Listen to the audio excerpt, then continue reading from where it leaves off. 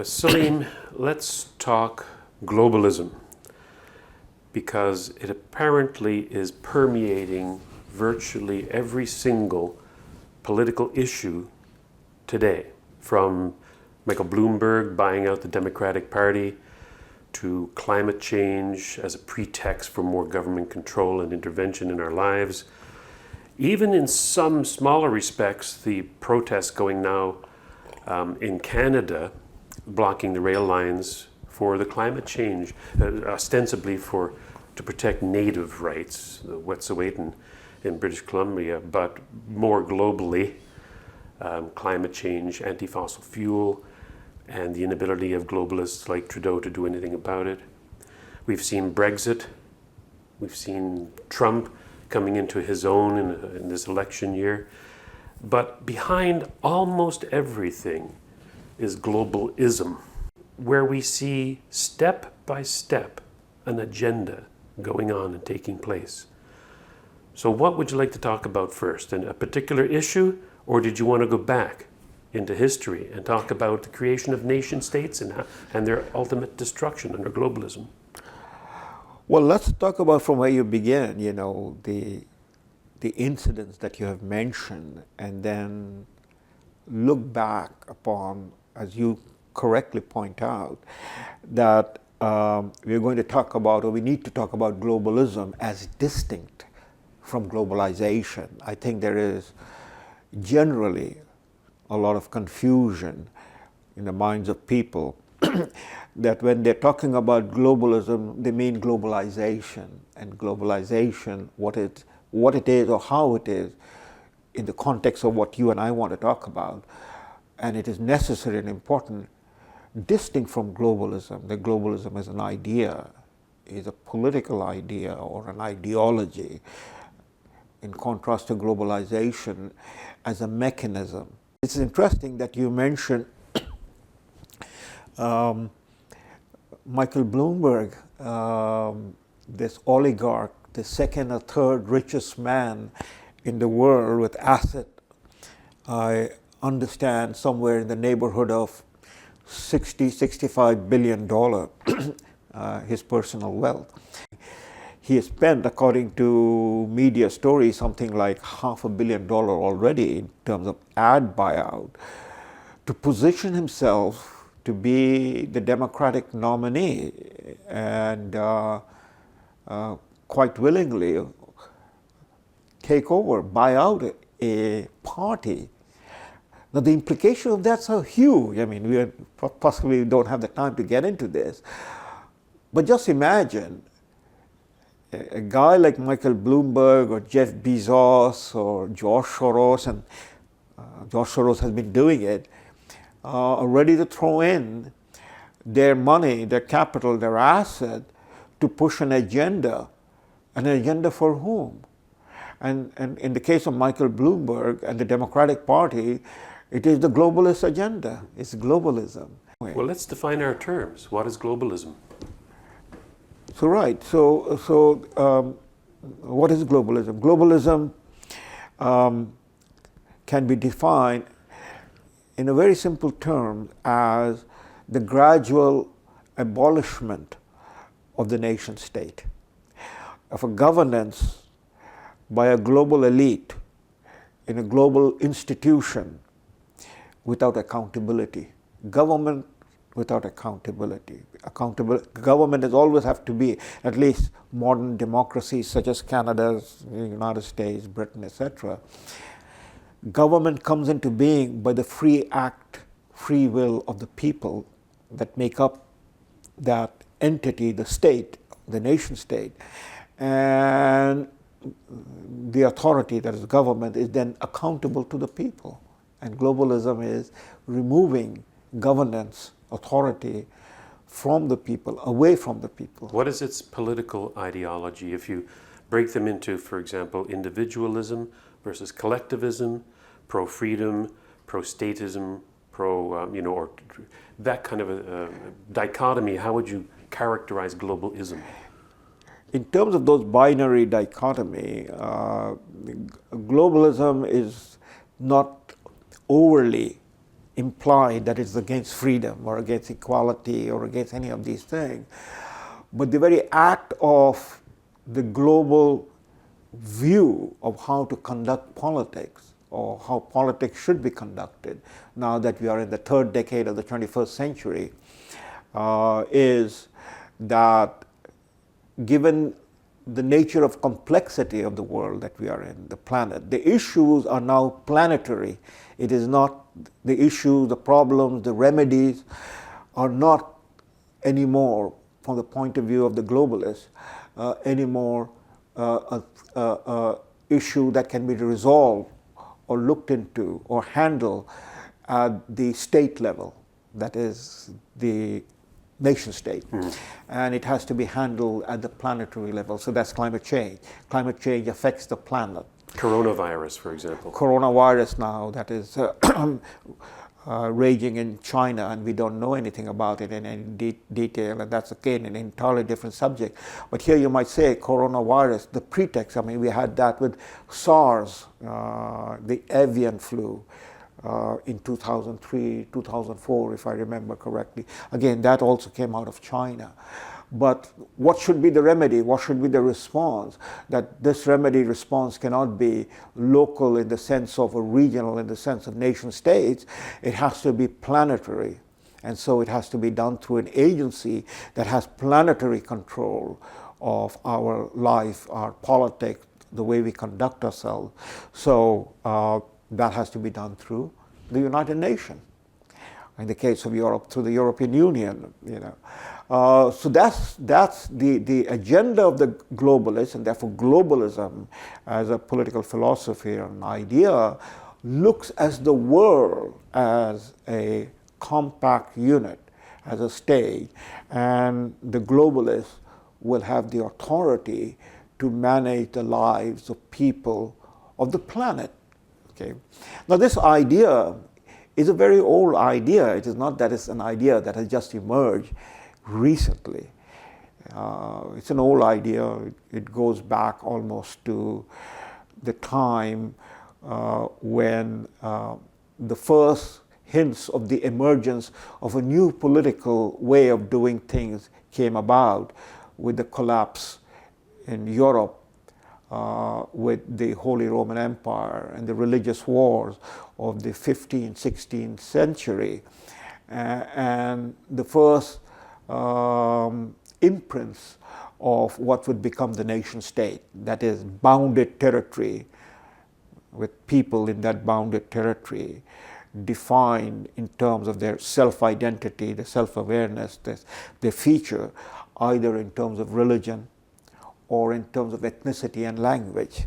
You know, so if you speak a common language, Italian, so you're ethnically Italian, and the bounded territory within which people who speak Italian and therefore ethnically are Italian have the right to engage in self-determination, to create and manage and administer a political entity that belongs to them, you know, and they are going to rule it.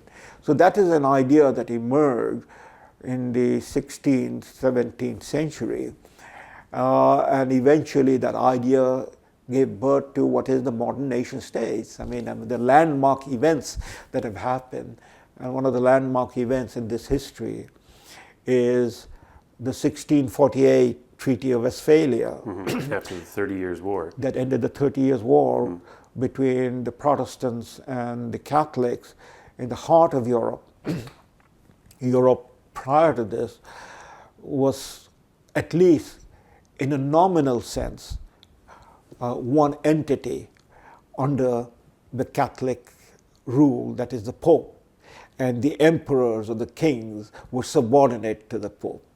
But what you're describing is not necessarily the rise of a globalism, but more the rise of national states and nationalism, right? The Treaty of Westphalia basically set the groundwork for what we today would call international law, in that nation states are sovereign and you cannot interfere with them, and there are diplomatic ways to get over differences rather than just going to war, right? So where does globalism as an ideology come in after the Treaty of Westphalia? Well, I mean, again, it's a long, complex history, but let me put it in a nutshell, in a capsule, Robert. Nation state that we're talking about, in its genesis, in its origin, and its existence, is a blip in historical time. If you say 10,000 years of history, the Egyptian history, for instance, recorded history goes back 7,000 BC, the pyramids and so on, the pharaohs, and you have a glimpse of that history in the Hebrew Bible, and of course then the New Testament, but together you have a glimpse of that. And then in the archaeology and in all of the remnants, we can go and study Egyptian history.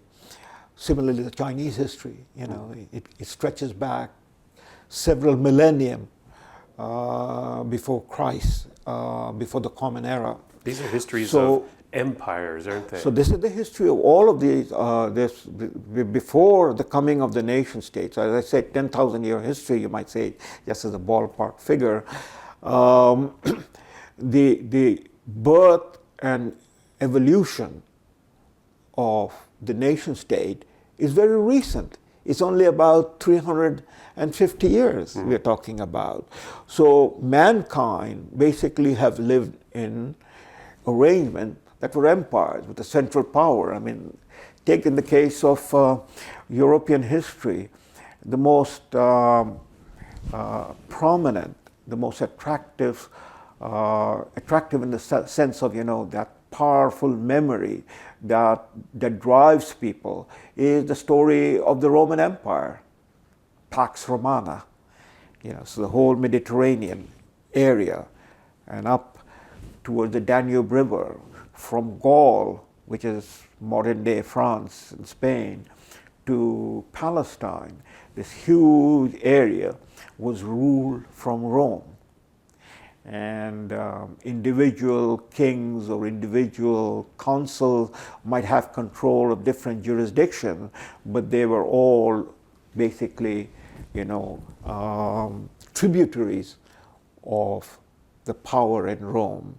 And Rome set the rules, Rome set the law. So it's an empire. Into modern times you come the British Empire. Britain ruled almost a quarter of the world. The sun never set on the sun never set on the British Empire, that's right.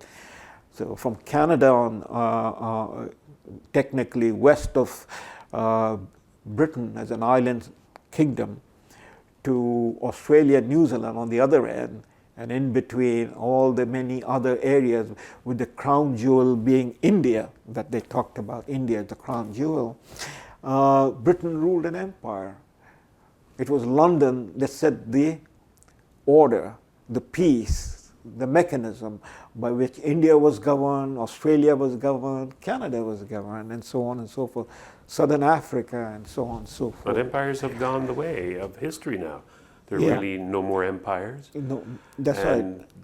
There are nation states, and now we're getting this globalism, this United Nations, the League of Nations, United Nations, responsibility to protect, all of this intrusion into national sovereignty, free migration, all of these issues that are coming up very recently in the last just couple of decades. How is that, is this a natural progression? Well, I mean, as I was laying it out, so the human experience of living under a self-governing entity, call it the nation state. Of course, nation state varies. Today, there is something like close to 200 nation states around the world, that is the members of the United Nations. Mm-hmm. So each of the nation state is a member of the United Nations. So United Nations is then the higher authority in the sense of an institution that looks at the whole world as an arena of control or of what it is going to do in terms of problems it is going to solve, remedies it is going to select, so coronavirus you said just now, or climate change, or the issue at the heart of all of this, the making of the United Nations, and prior to that, the League of Nations, the question of war and peace. So A nation state varies. They vary in size. There is the Russian Federation today. Before that, it was the Soviet Union. 9 time zone. It's a Eurasian landmass, from the Baltic Ocean to the Pacific Ocean, It is the largest in physical size, the largest, you might say, nation state or state as an entity, self-governing or some sort of power governing this massive territory within which the people live who are technically Russian citizens. You have the United States, another continental country, between 2 oceans. So is Canada, continental country, 5 time zones spread across, the northern half of North America. And then you have Singapore, a little island state, Iceland, Andorra, Liechtenstein. Yeah, so it varies. You have Japan, you have Germany, you have United States, you have India, the two, in terms of not size, but in terms of population, the 2 largest member states of the UN is China, with somewhere around about 1.4 billion people. India with about 1.2, 1.3 billion people, that is rapidly now with the population growth, might exceed China. So you have 200 nation states or states around the world, each with its own capital, each with its own jurisdiction, technically speaking, its lawmaking body, that is the parliament or the assembly, its leaders, presidents or prime ministers, or hereditary monarchs, like in Saudi Arabia, which is a nation state with its own monarch, or a constitutional monarch, as is Great Britain, and that monarch, the crown of Great Britain is also Canadian sovereign. We are a constitutional monarchy in that sense. We are a democracy, but under the arrangement is constitutional. So there's a huge diversity of the mechanism of rule, of authority, and then there is the United Nations. But the point that we need to keep in mind that these are all recent vintage. The old vintage, you might say, the Chardonnay of politics is empires. Empires rule and govern from one central capital with one central authority running the lives of millions, tens of millions, hundreds of millions of people of different background, different religion, different ethnicity, and running their lives, telling them how they live, how order is going to be maintained, how taxation will take place, and so on and so forth. It sounds like you're starting to describe the United Nations and globalism. One central authority basically coming out with documents like Agenda 2030, which can detail things like how your roads should be constructed, how people should be transported in cities through buses and transit, and the emissions of your plants, to how you should tax your people, to how you should run your currency. You're describing the return of empire, aren't you? In a sense, that's what it is. I mean, you move from independent nation states, however big or small in terms of size and population that particular nation state is, which is then a self-governing entity, because a nation state has to be sovereign. I mean, if a nation state is not sovereign, then somebody else is ruling that territory and that population. For instance, until 1947, when Britain withdrew from India and gave India independence, it made partition, created a country called Pakistan and India, and handed over power. Until 1947, Britain ruled India, this massive area with a massive population. At that time, in 1947, the population of undivided India, and I'm taking India as an example, the undivided India was somewhere around about 500 plus million people with different language groups, with different religions, ethnicity, and so on and so forth. But they didn't rule themselves. The rule was done, provided for, by the authority of London, the Parliament in London, in the name of the King and the Queen of Britain, a viceroy or a governor general, but a viceroy was sent to India, who then managed the affairs of 500 million people.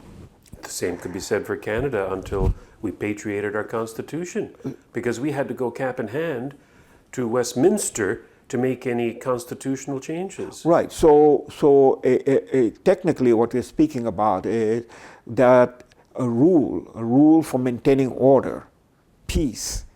That was the term that Sir Johnny MacDonald used in 1867 as he was establishing with his allies, the founding fathers of Canada in 1867. They got together to bring together all these various provinces of the British Empire in North America into one dominion, a federation called Canada. He talked about peace, order, and good government. But who is going to be responsible in delivering peace, order, and good government? You know, a government will then be responsible. That means some authority. But where will the legitimacy of that authority come? That when this authority in Ottawa, at that time it was in Kingston, where Johnny MacDonald was, this authority in Kingston says, listen, you have to pay a poll tax if you're going to go on this road, or you're going to have to register the land deed that you're going to have control over this piece of land, 1 acre of land. You have to register and pay the land tax to this authority. And the guy says, well, who are you? Why should I listen to you? So the creation of that authority, and more importantly, the authority is created by power, the power of the sword, which holds the other guy saying, if you don't do it, you know, you're going to be punished. And so the guy says, okay, I'm going to pay tax. But what is the legitimacy that you are asking me that? Because that taking of that tax, that poll tax, that land tax from you, by me, is coercion. You know, it is taking something that is yours and me taking it over, and you have no choice because you don't have the power to resist my power over you. But on the other hand, if you turn around and say, here is the money, there's no coercion, you're giving it to me, that is, I represent an authority, and we have both come to an agreement that this is what we have to do, then that is, we as free people have created an authority. That's the contract we have made. That's the government that has been founded, right? So the question is about legitimacy. So when Johnny MacDonald and his people got together to establish the Dominion of Canada, they needed to base it upon an authority. Unlike the 13 colonies in what became the United States of America, the 13 colonies rebelled against the authority of the crown head of Britain that had the authority over the 13 colonies, just as they had the authority over the provinces of what became Canada. In the case of the Americans, they rebelled, they fought, they defeated the authority by force of arm and created out of those 13 colonies an arrangement that eventually became the United States of America. Another authority. Yes. Pardon? Another authority. Another, but it is a freely given authority. The people came together, people sat down, people wrote the Constitution, that is, the rule of law on how the authority will be managed, and people then voted for it. So it is an expression of free people making a compact. The closest example, Robert, would be a marriage between two people, which is done by the two individuals freely out of their own choice, that they will cohabitate together, that they will share everything together, they will look after each other together. It's an act of free will, as opposed to what in the French term was called droit des seigneurs, that is, the right of kings. Yeah, I understand. That the man has the right to take whichever woman he wants, simply by force, you know, and take her. That's not a marriage. You can call it anything else, but it is not a marriage. So you're suggesting then that the United Nations is an imposition rather than an agreement among free people? What I'm suggesting is how these things evolve, right?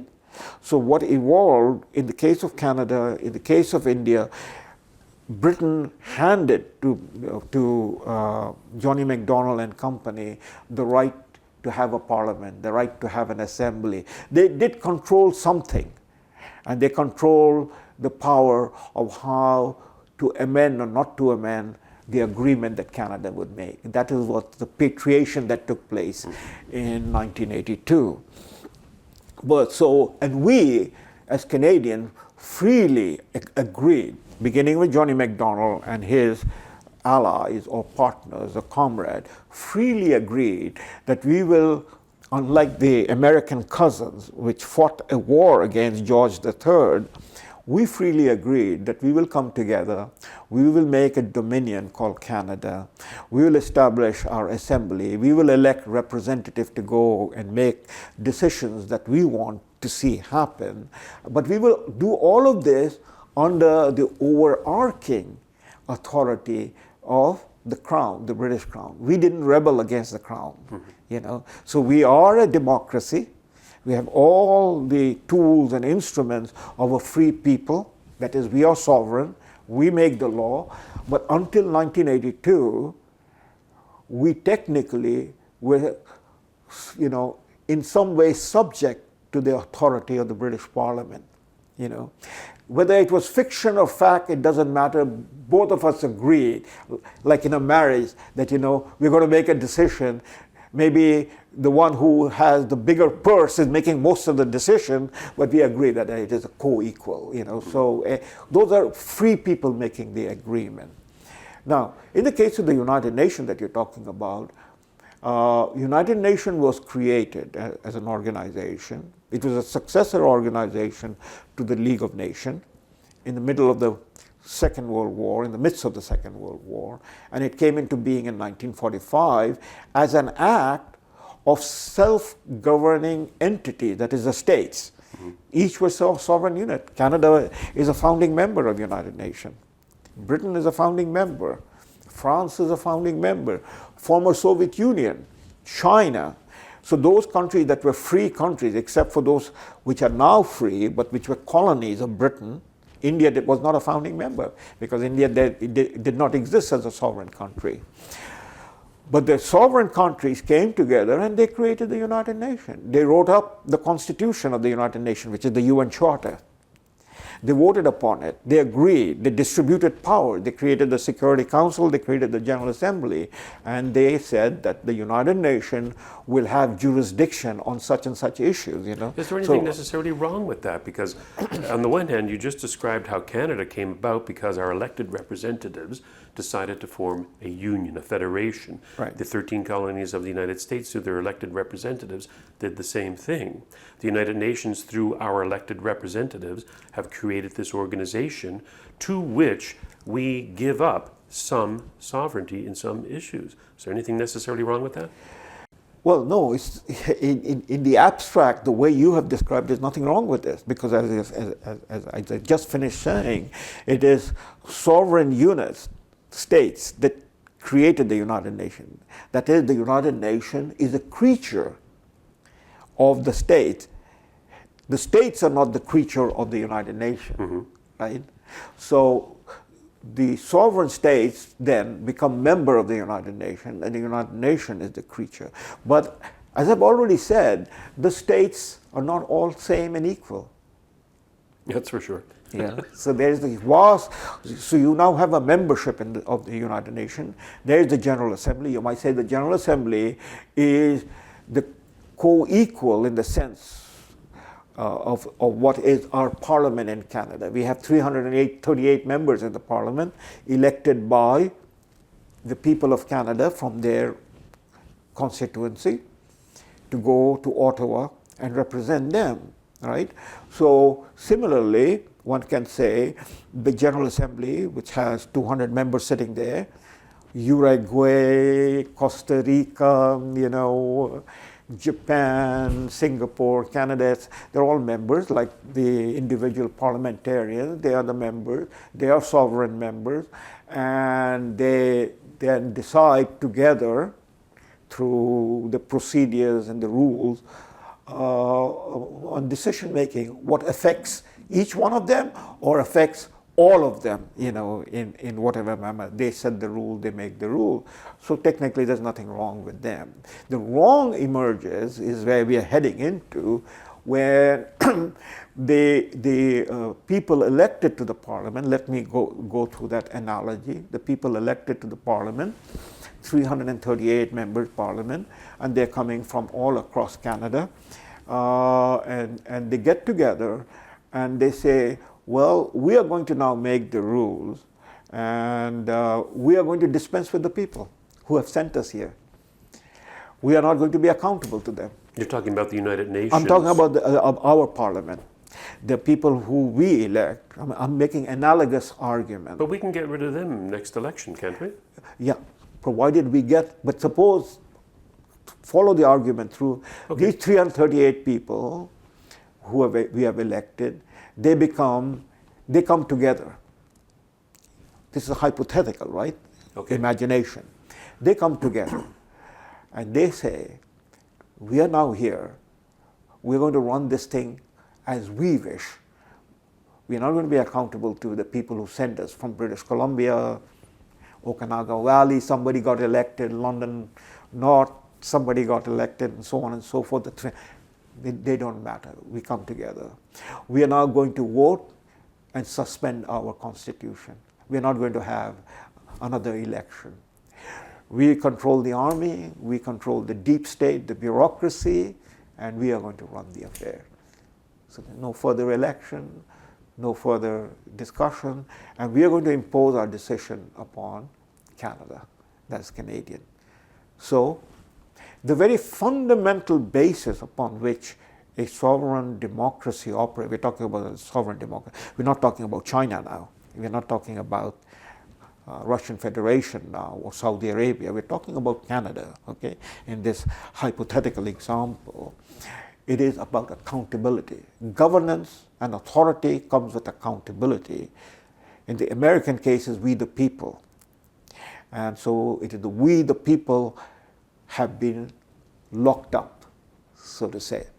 By the way, all of these things were argued out in the Federalist paper. Anybody wants to study these issues, it is an amazing set of documents that these were written by Madison and Hamilton and John Jay and others, the founding fathers. Why were they written? They were answering the question that you were asking me. They were written in those days in the papers, that was the journals that were published. Most of them came out of New York and Philadelphia, and people were arguing these cases in the marketplace, in schools, in churches, and questions were emerging, and people and the founding fathers were writing, and they went through details of this discussion. And the biggest fear was, do we get rid of King George III, that is the monarchy, and create another monarchy over here that won't be accountable to us, the people? Mm-hmm. And so that's what the whole mechanism, and the Constitution, and it was explained. So this is what I'm sharing with you. This hypothetical can become very real. True. All right? So basically dispense with the people. And that's how monarchy comes into being. Remember, again, to give you another example, American Revolution happens 1776, and it goes through the stages, and Britain is defeated. And then 13 years later, when Britain is defeated, the 13 colonies come together, and the people, that is, sit down there to the mechanism of elections and county election and so on and so forth. And there is a gathering that takes place in Philadelphia. And 13 years later, the revolution broke out, the Boston Tea Party, 1776. 13 years later, they voted on the Constitution, 1789. The Constitution has a history, has a documentation, right? So at the same time, parallel to what was happening on this side of the Atlantic Ocean, that is on the western seaboard of the Atlantic Ocean, there was another revolution taking place. That was the French Revolution. And they overthrew a monarchy. And that was 1789. And they went through their own stages of upheaval. They tried to experiment with a constitution. They wrote the Rights of Man. They created the French Assembly. They elected it. They had the Reign of Terror. They had the period of Robespierre. They had the guillotine. And then finally what happened? There emerged Napoleon with the cannon. And he basically blew these people away and re-established the monarchy. Right? In the case of America, a monarchy could have been done by the free people. Said, we got rid of George III and we will now have monarchy, and you, George Washington, become our Emperor Washington I. But that didn't happen. What happened was a republic was created of free people, we the people, and the rules were set. And for 200 plus years, that's the system it broke down at one time, the Civil War. And then the Union and the Confederacy fought it out. And the Union prevailed. Again, thought experiment. If that war had ended with the Union being defeated, there wouldn't be United States of America. Are you suggesting then that Canada is starting to lose its authority of we the people, and we're electing demagogues who are trying to rule without that authority? Are we moving in that direction with Could be. Justin I mean, Trudeau? that would be a different conversation from globalism that we began with. You know, we have a lot of, at this moment, over time, those fissures or those cracks existed in our confederation, but those cracks have become deeper and wider now. And the question, in our history, the Canadian history, we have been dealing with this problem. The Quebec issue, Quebec separatism, rise of Quebec nationalism, referendums, and if those referendums, the people in Quebec, the majority, if they had wanted to break away and form their own state, then Canada would have gone through an upheaval, and we would not have the Canada we have now of 10 provinces and 2 territories and so on and so forth. But now we have another problem that has emerged, the cracks that have emerged with Western Canada and so on. But that's another conversation. What I'm trying to say is that a freely elected people, an institution, that's a sovereign state, in a democracy such as ours, can be turned around. So your question was, the United Nations, and before that the League of Nations, was created by people, free people coming together and saying, you know, we create this institution to do the following things, and whether that's good or bad. And I said, there's nothing bad in it. The free people, so long the free people have the control over managing what they have created, that is in this case the United Nations, and the free people, that is the sovereign state, have the right to control that creature. But what happens, that creature, if it becomes humongous and wants to swallow the nation state, wants to abolish the nation state? Is that what you're suggesting is happening? And that's what globalism is. Yeah. So that means globalism is the idea, the ideology to replace the nation state. We have Justin Trudeau saying that Canada is the first post-national state, and that he wants to eliminate our borders and have open immigration. That is a consequence of what you're saying, isn't it? It's not a consequence, it is an opening of what Justin Trudeau and people around him who share his view are saying, that Canada would be better off as a post-modern state to hand over its governance to some other entity, in this case the United Nations. Well, there's a practical example of that, Robert, that we can run through it. Only, you know, it is happening in our lifetime, and the vote took place on January the 31st, where finally Britain withdrew, that is, the Brexit took place, and Britain left the European Union. Now, the European Union is a miniature version of the United Nations, because it is a higher entity that emerged as a creature of the federating units, that is the European states. You know, so why did Britain leave the European Union. I mean, we have lived through this, we have talked about this. We can go over this in a brief fashion, that in 2016, the British people, by a vote of a majority, in a referendum called by the British Parliament, the British Prime Minister David Cameron, on the question whether Britain should remain in the in the European Union, or whether Britain should exist, by a vote of a majority, the British people voted in that referendum that Britain should leave the European Union. It took almost 4 years for the British Parliament, and an election, by the way, for the British Parliament ultimately to act upon the decision of the British people in a referendum. That is, the free people of Britain decided they don't want to remain in the European Union. Now, it was the same free people of Britain that decided to enter the European Union, right? In 1970, well, the European Common Market, I think. Well, the European Union and the European Union went through stages of evolution. So, in 1973, it was a conservative prime minister who agreed to join the European Economic Community, EEC.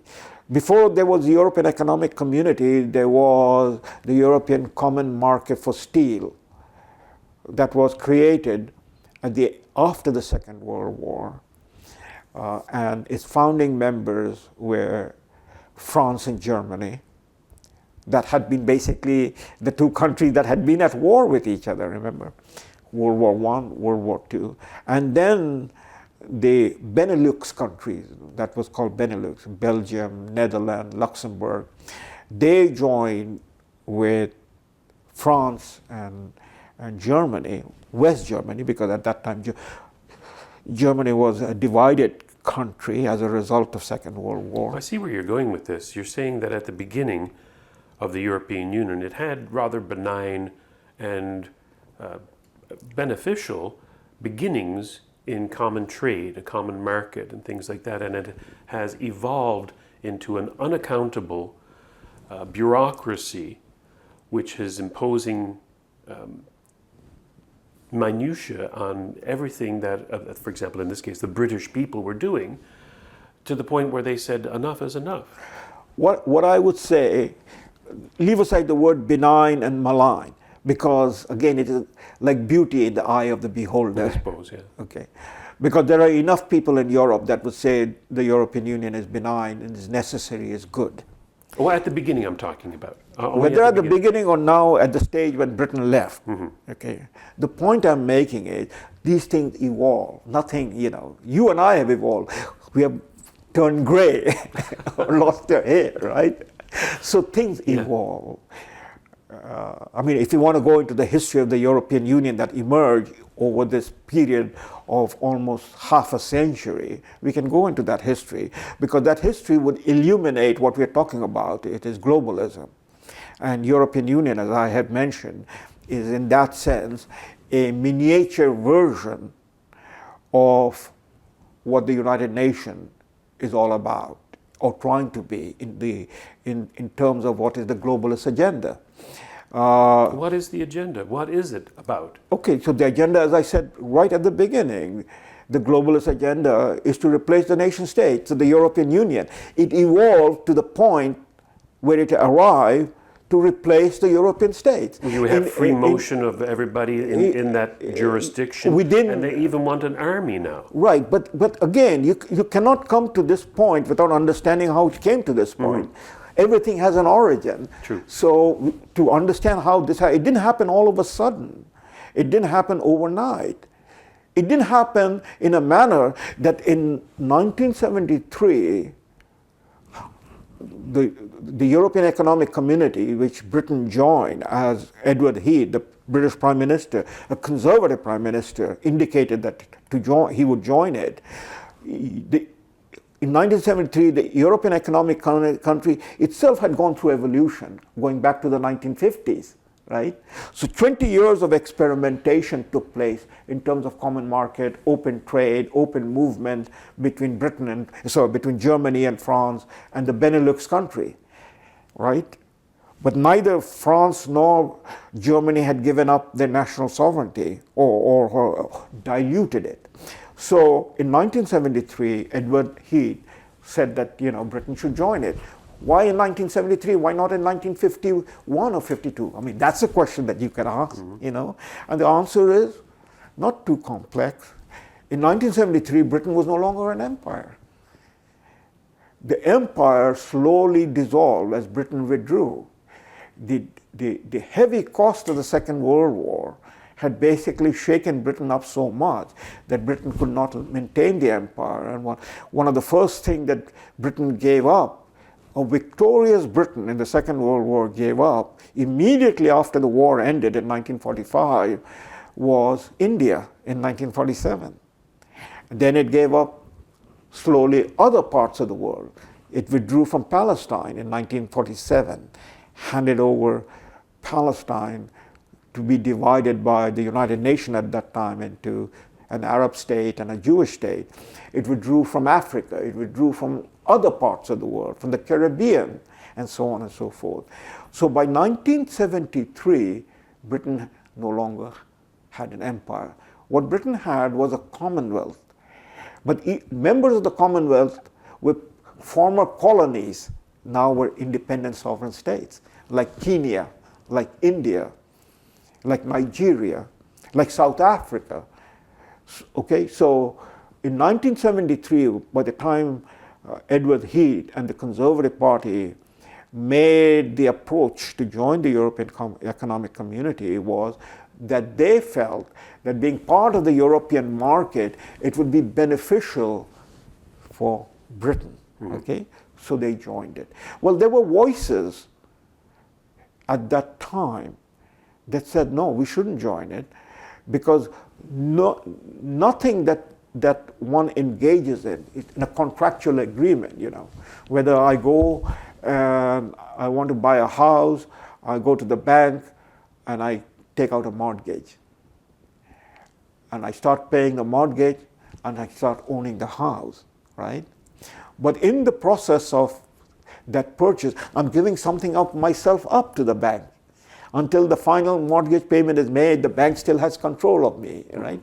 So every transaction in a market or in politics has something you give up and something you gain, right? As I said, the free people come together and they said that, we're going to form a government, we're going to form a national state, which is what the 13 colonies gave. So they gave up something of themselves to create a state, Taxation is the first thing. The whole issue that began the rebellion of the 13 colonies was a simple slogan: no taxation without representation, right? So you give up something and you receive something in return. So the warnings were Maggie Thatcher, she warned. Enoch Powell warned. There were a whole group of conservative in the Conservative caucus said that this is not a good deal, because we are going to be giving up something about what we are, British, to join the European Common Market. We are not aware of it now, but downstream there will be a cost. I'm reminded about this, Robert. I'm again, in this conversation, we're going in different ways to get to the main point. I'm reminded in this instance about what Winston Churchill said. Winston Churchill was no longer around in 1973. He died in 1964. But he had been the prime minister during the war, and then he was a prime minister after the war in the period 1951-1955. And the issue of European market, European coming together, which has been an old dream of Europeans, Churchill supported. Churchill was very, very supportive of Germany and France coming together to form some sort of entity where they will dissolve their rivalry, their adversity, because Churchill's generation had gone through two massive wars, World War I and World War II, that basically was Europe committing suicide, right? So Churchill was very supportive of that, of this venture of trying to find a way that the European states come together, principally Germany and France come together in some sort of an arrangement. But then he said, and these are the words of Churchill if I remember correctly, when he was asked what would be Britain's position on this evolution, he said that while Britain supports the making of United States of Europe, and he used that word, United States of Europe, while Britain supports the making of a United States of Europe, of Germany and France coming together, Britain is with them, but Britain is not of them. That means Britain is with them, Britain supports them, do it, but Britain is not of them. Britain is not part of the European continent. Britain is an island country by itself. So Churchill was not willing to join that United States of Europe. Why?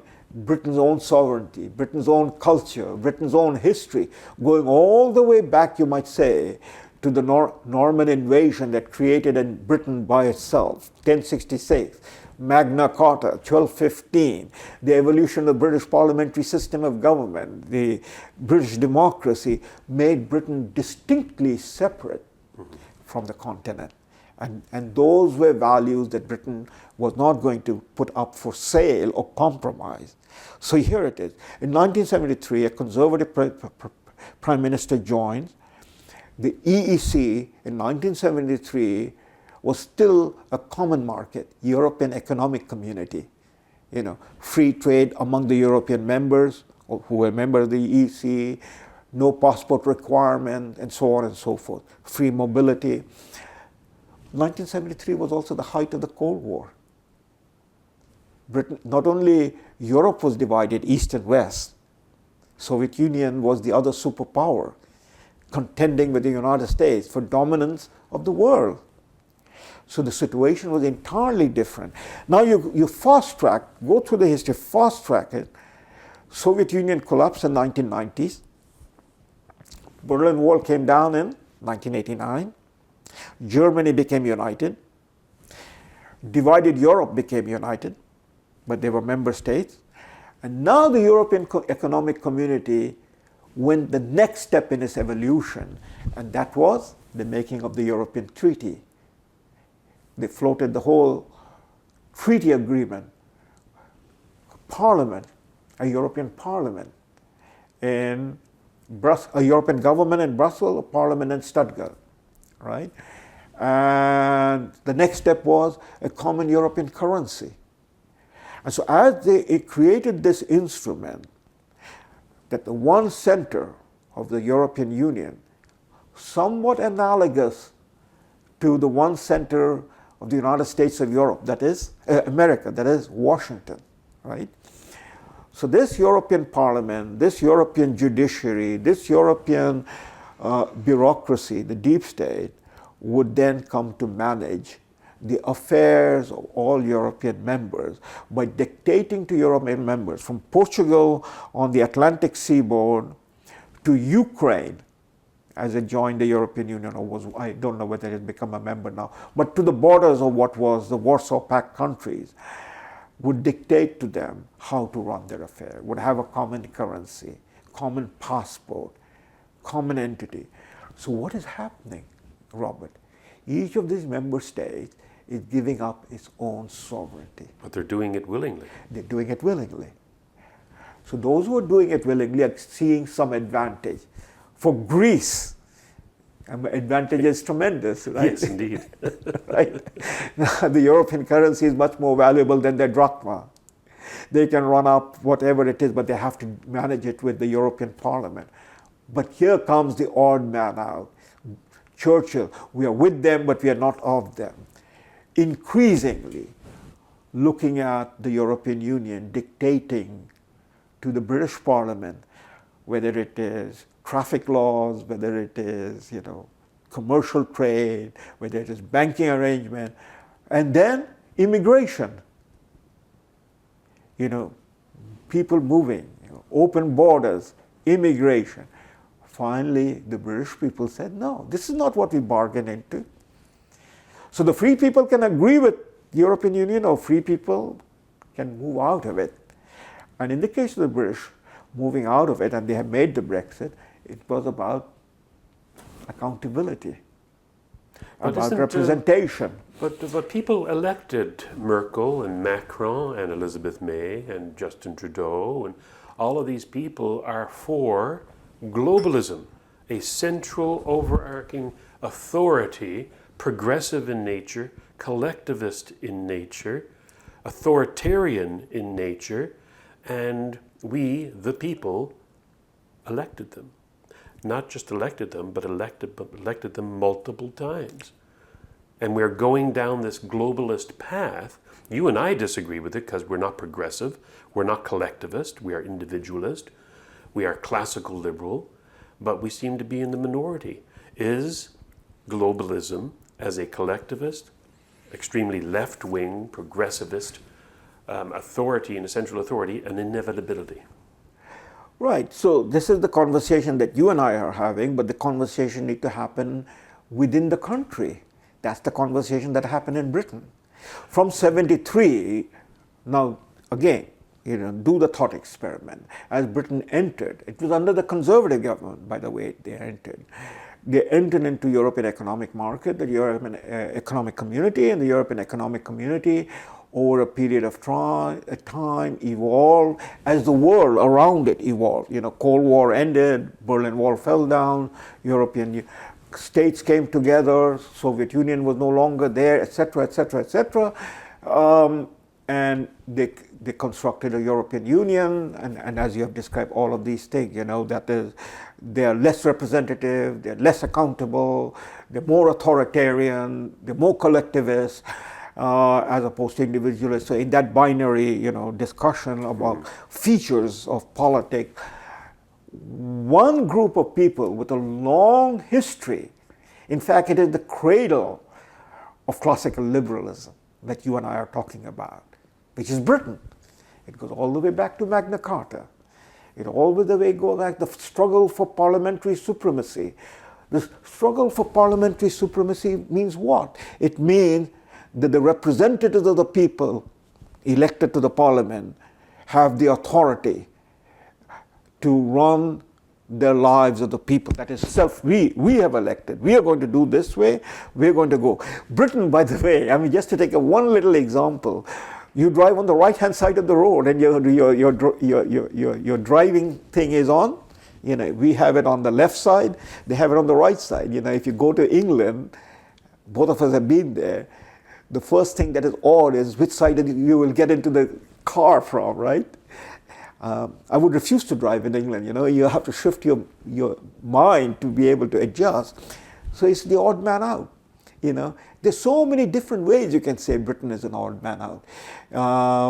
The Europeans are fanatically crazy about football, right? From Portugal to Romania to Russia, that's the game they play.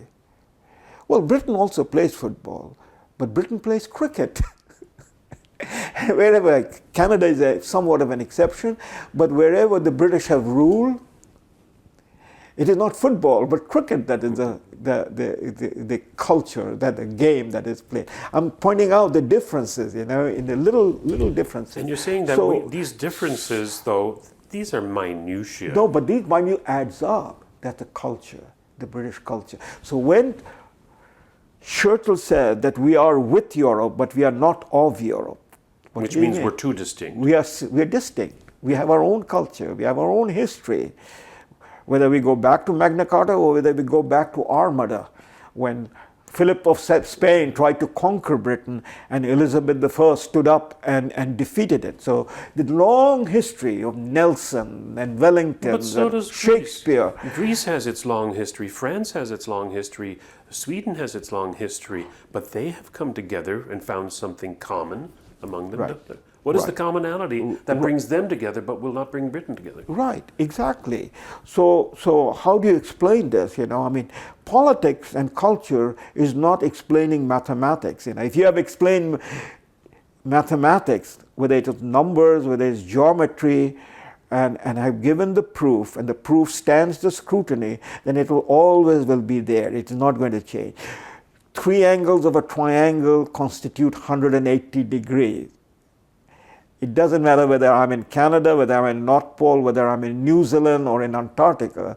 3 angles of a triangle is 180 degrees, right? So there is a precision and absoluteness to the final argument. We're not talking human. That's the wonder and the beauty about talking about human being. You and I are human being. So long we are free-thinking human being, we are unpredictable. That means there is no formula by which I can say this is Robert Vaughan and this is Salim Mansur. Because whatever formula that is written down, you can disprove it by being contrary to it, exercising your free will. I think it was Karl Benjamin, Sargon of Akkad, who recently put out a video explaining, I think, what you're getting at, and that is that he took note of how Germans refer to themselves, and they say, we Germans, versus Britons, who just simply say Britons. Britons do this, Britons do that, while a German person would say, we Germans do this. There's a collectivist characteristic of their culture in Europe that is not shared in Great Britain. Right. So, I mean, we can go to it. I mean, we have talked about, and we see the threat of Islamism because the culture of the Muslim world is different from the culture of the Anglo-American society. Again, it is collectivist. Okay, so I mean, if you want to boil down to a mathematical formula, that's the binary between the individual and the collective. I think you have to boil it down, not necessarily mathematical, but I think you have to pick out the distinguishing characteristics, which would allow France to be subservient to Brussels, correct, but not allow correct. So we have England. we have to look at the history and examine it. But all I'm coming down to it, however you examine it, these are features. Within the Muslim culture, there are people, I would say, in fact, maybe a majority who want freedom. I am from that culture, I stand for individual freedom. I've written about it, and so on and so forth. But the inertia of that culture. Probably the British rule of India coming out in you. It could be. I mean, that would be going back into the psychology. But the point I'm driving at is that the inertia of that culture that originates in this vision, going all the way back to Arabia and so on and so forth, is collectivist, right? It's family oriented. Well, the Muslims are not the only one. The Chinese culture is very collectivist. The Japanese culture is very collectivist. Emperor worship, and people were ready to do kamikaze in the Second World War. So, but the issue I'm driving at in the case of Britain and the European Union is free people joined it, free people left it. And the reason they joined it and they left it at different points in time were different arguments at play.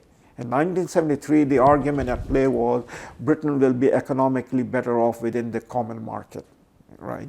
That they will be able to benefit as they lost the empire. But then came the cost. And the cost in the next 50 years, almost 50 years, 73, 2020, 47 years to be exact, the British people said, enough. We're not going to pay the cost. But in this 50 years, 5 decades, a conversation was going on with Britain. The conversation that you and I are having right now about globalism and our opposition to globalism, or our distaste about the idea of globalism, as opposed to what you and I both agree is how Justin Trudeau talks about it and the people around him is a conversation that this country needs to have. This conversation happened in Britain.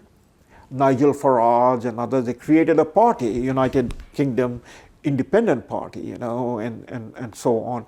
And the conversation happened that eventually led to the referendum, led to now the exit. In America, similarly, a conversation has happened and is happening, that is President Trump and his movement, which led him to become the president in 2016, was about American exceptionalism, about American Constitution, about American nation state, as opposed to those people, the progressivists, who have been increasingly arguing in terms of globalist agenda. I mean, what is the democratic agenda? It is the green energy agenda. Where does it emanate from? From the United Nations. You know, and we can talk again, that's a tangent. We can go down and talk about it, going all the way back to Rio Summit in 1990 and so on and so forth. So that a free people will engage in that conversation. I haven't seen that conversation in Canada, especially not in Parliament. I haven't seen it in the mainstream media. I only see it amongst our friends in the Twitterverse and in Facebook. That's it. And to that I would say that if we don't see it in the Parliament is because the Parliament is now managed by, or people elected to the Parliament, the political party, they are all in one way or another progressivists and therefore globalists. Including the Conservative Party. Conservative Party is very much part of that I think. So, so the only party that stands out in opposition to the globalist agenda and would therefore would be making similar argument as UKIP, Nigel Farage made in the case of Britain for Brexit, would be the PPC, People's Party, yes. And Maxime Bernier and us, we would be making that argument. But we have not been elected to be in the Parliament. Hopefully at some point we will get elected, our party will have representation in the Parliament, and we will make that argument. And I hopefully enough Canadians will wake up, instead of breaking the country, will try to take back the country. Now Canada is unique in the sense that we are a union of not just British colonies and people with a British history, but also French. And they have their own Napoleonic Tradition, Code Napoleon. Yeah. Yes, in Quebec itself, it has a Yes. different legal system than the rest of Canada. Right. And we have Prime Minister Justin Trudeau, who comes from that tradition. Correct. His father came from that tradition. Correct. Many Canadian prime ministers have come from that tradition and have gravitated toward this globalist agenda. Correct. This globalism that we're seeing, that we're talking about. So, do you see any hope in Canada with this particular dynamic of French and English, Napoleonic versus common law, this mixed marriage? Do you see any hope that Canada will not fall victim to this globalization? It could, but I see hope that it won't, because, again, we have to be very cautious, Robert. The French are no more monolithic than the English are monolithic. True. I mean, Maxime Bernier is a Quebecer. Exactly. He comes from that tradition. And remember, I talked about Maxime Bernier as, in a sense, in our time, representing the values of Sir Johnny Macdonald and Sir Wilfrid Laurier, both knighted by the British monarch, Queen Victoria. Sir Wilfrid Laurier was a classical liberal. Yes, and a Quebecer. And a Quebecer. That is a French Canadian, right? France has both traditions, the collectivist tradition and the tradition of classical liberalism, individual, you know, the Montesquieu, the Montaigne, the whole lot. So there is that divergence. Remember, the French supported the 13 colonies in the war against Britain. Yes. You know, right? So I mean, it could be for many different reasons, but that's again, we are putting it into simple terms. So there is those tradition, and in the Anglo-American tradition, we are in that sense Anglo British tradition, as you pointed out, the English tradition. We again are not monolithic, because, you know, remember, the English or the British taken together as Welsh, Scots, and Irish, or the English by themselves, they have those two traditions. There is a tradition, the classical liberal tradition, with people like John Locke or John Mill and so on. And then you have the Fabian socialists, the collectivists. They're represented in the Labour Party. Marx, after all, sat in the British Museum and wrote his Das Kapital, right? And he was surrounded by those people who were, you know, socialists or Or, collectivists. as Mike Bloomberg said to Bernie Sanders, you know, what a great country we live in, where a socialist like you can be a millionaire with 3 houses. That's right. So there you have in the Same with Democratic Marx. Yes. Democratic Party, you have the AOC, Alexandria Ocasio-Cortez, and Bernie Sanders, and that whole collectivist, socialist, communist value competing for power. And then you have Michael Bloomberg, the second or third richest man in the world, you know, and an oligarch in that sense. But he's a progressivist, so he can be in the Democratic Party, but not in Trump's Republican Party. So we have to be able to analyze these things. You know, it's not monolithic, and we can only do that so long we are an open society. This Which we are quickly losing, yes. losing. So in the case of America, you know, that's the fight that is taking place. But the point that I want to put on the floor or on the table right now on this, what we are going through, the exchanging, is that the idea of globalism is very old. I don't need to go back 10,000 years or 300 years. Let's take the 20th century and let's just look at it from the last 100 years. We are now in the 3rd decade of the 21st century, so we have a deeper and better perspective in retrospect of that history. Mm-hmm. The parallel two visions have been competing for supremacy in terms of globalism. One is the Marxian or Marxist vision from Karl Marx, you know, a world without borders, which would be a classless society. And at the heart of that agenda, the Communist Manifesto and all these subsequent writing of Marx and the program of the First International, the Second International, the Third International, that is the Communist International, and their agenda was a revolution that will destroy the nation state. But it will destroy the nation state by taking power at each individual nation state. So the revolution in Germany, the revolution in Britain, that is the most advanced capitalist society, in that sense, is the one which is most, from the Marxist point of view, vulnerable to a revolution, like the French Revolution that happened, which is the revolution that Marx had in mind, a violent overthrow of the established authority, established regime. And what will be the first agenda? The first agenda is abolish property.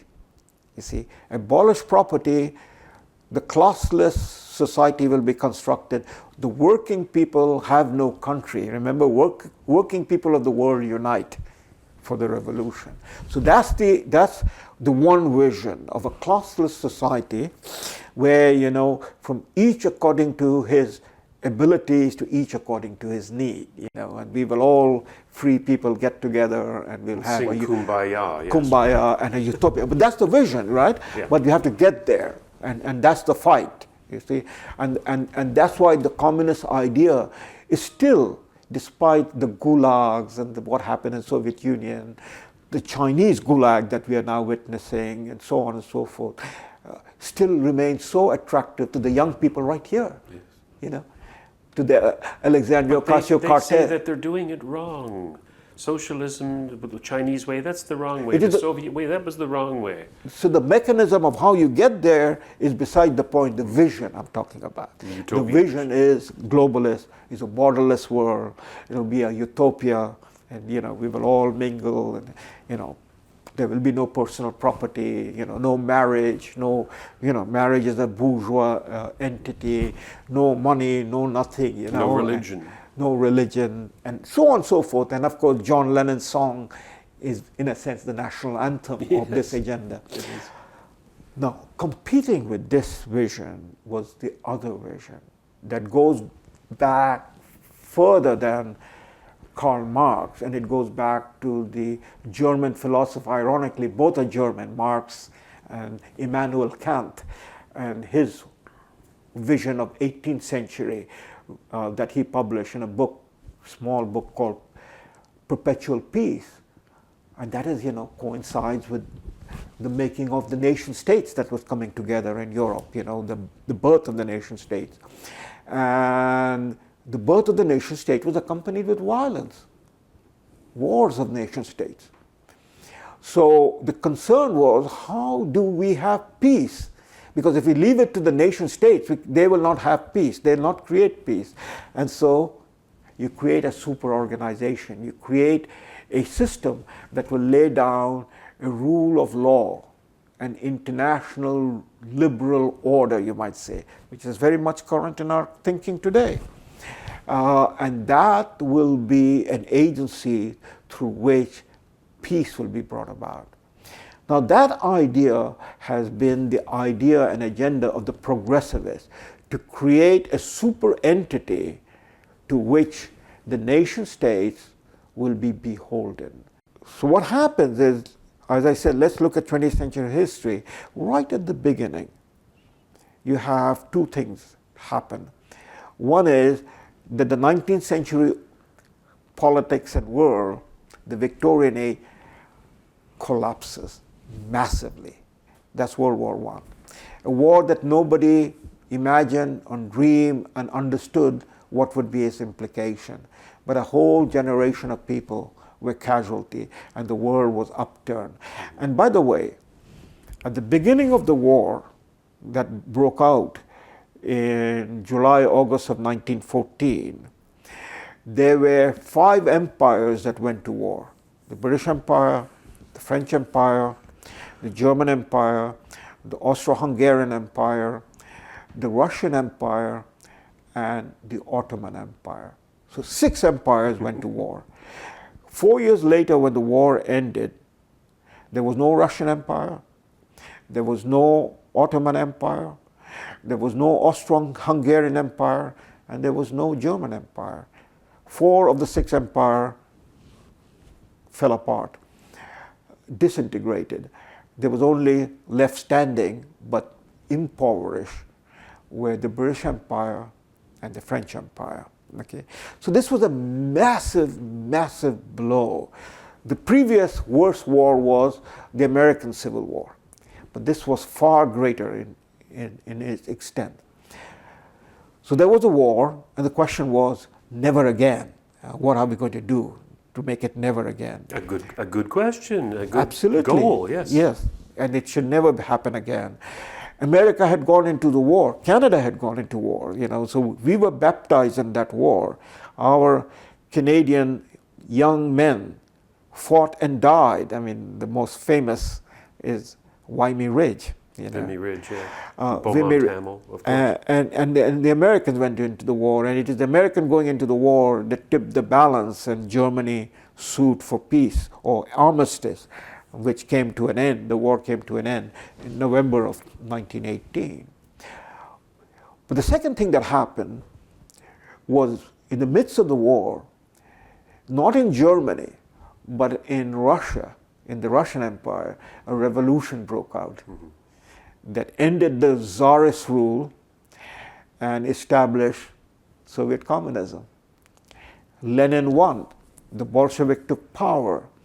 And so this vision of a borderless world, the people who carried that vision in their head actually came to power in Moscow, And in that first phase of that revolution, just like in the case of the French Revolution, it was that the Russian Revolution would ignite and trigger other revolutions in Europe. And that revolution would bring about the change in the advanced capitalist countries, that it would become socialist, okay? But for the other side, that is the progressivist liberal view, which was carried by Woodrow Wilson in the American case, and there were people who were there in Britain who supported this, most prominently the Labour Party and the Fabian Socialists. The view was to construct an international organization, and there it is, the effort to build that super entity, which was the dream of Immanuel Kant, that will police the nation states and maintain peace and order, was the League of Nations. and the League of Nations was created.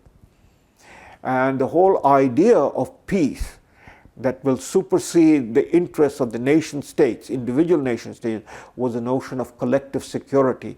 The League of Nations would demand collective security, and people would, that is, the nation states would come together against a nation state that is out to, engage in aggression or war to change the status quo, and they would then take out that nation state, or they would punish that nation state.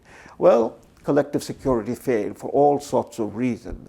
One of the reasons was that the United States never joined it, because though Woodrow Wilson, the president, wanted to join it, he had gone all the way to Paris to negotiate it. But back at home, the progressivists could not carry that agenda forward in the Congress, and the Senate, which has the right to sign a treaty, refused to give Woodrow Wilson the authority to join the League of Nations. And so America, the great power, stood outside. Europeans had the League of Nations, but Europeans also had their colonies. And it was the colonies that created the friction that eventually led to the problems in Europe that erupted eventually in the Second World War.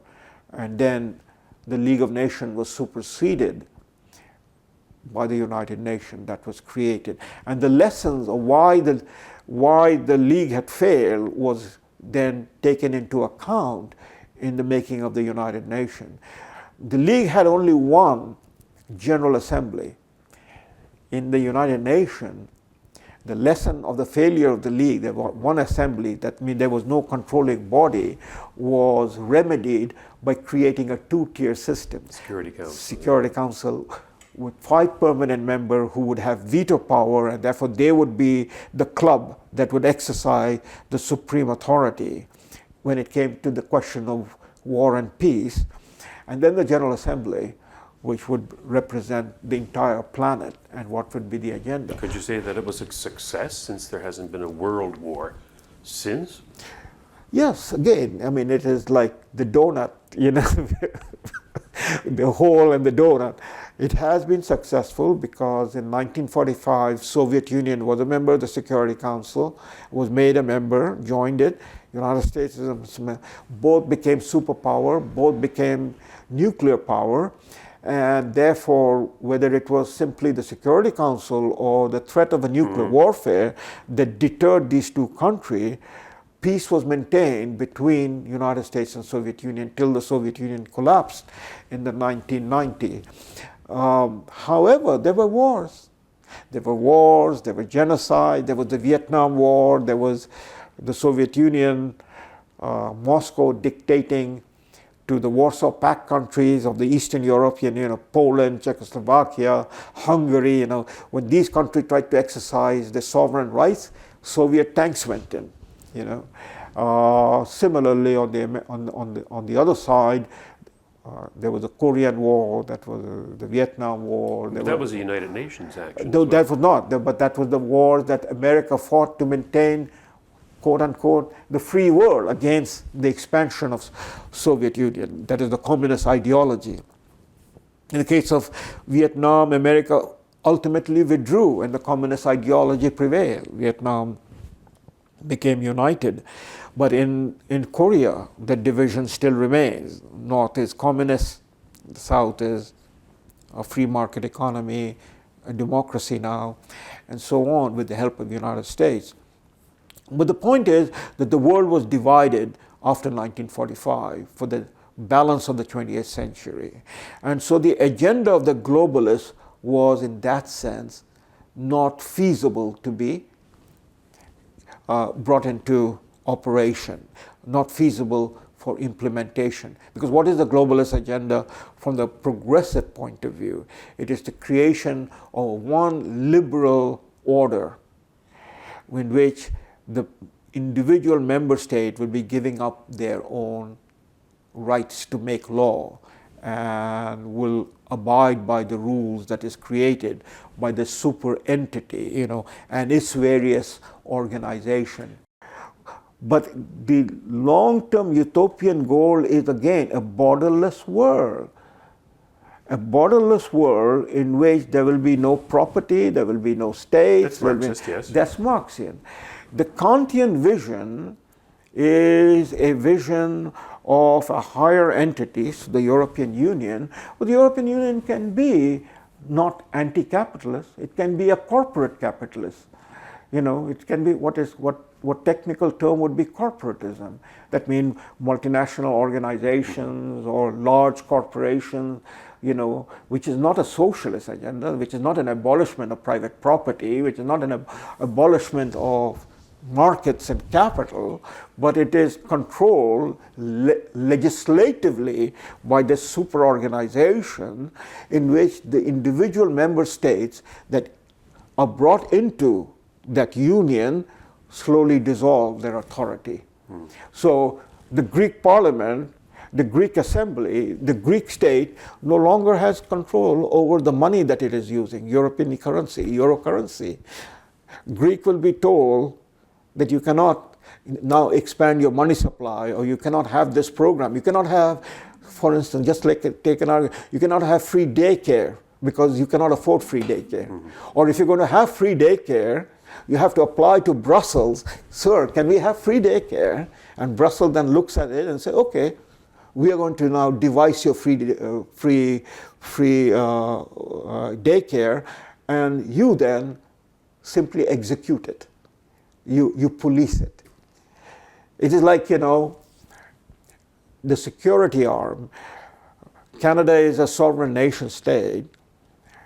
We have policing arms within this national sovereign state. We have federation.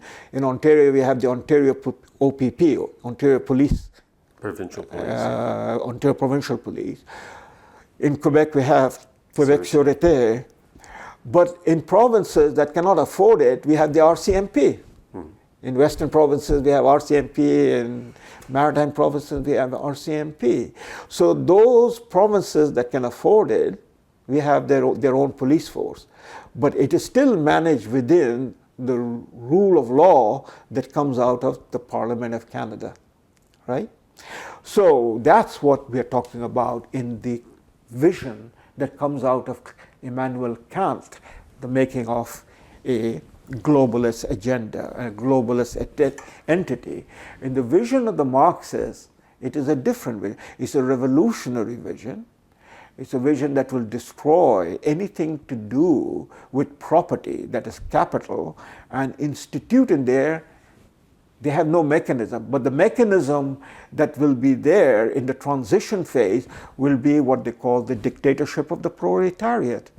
I would say that you would be right, we would be right to say that at some point there is a convergence of the Marxian vision and the Kantian vision. And the conversion is that in both the vision, it is ultimately planetary.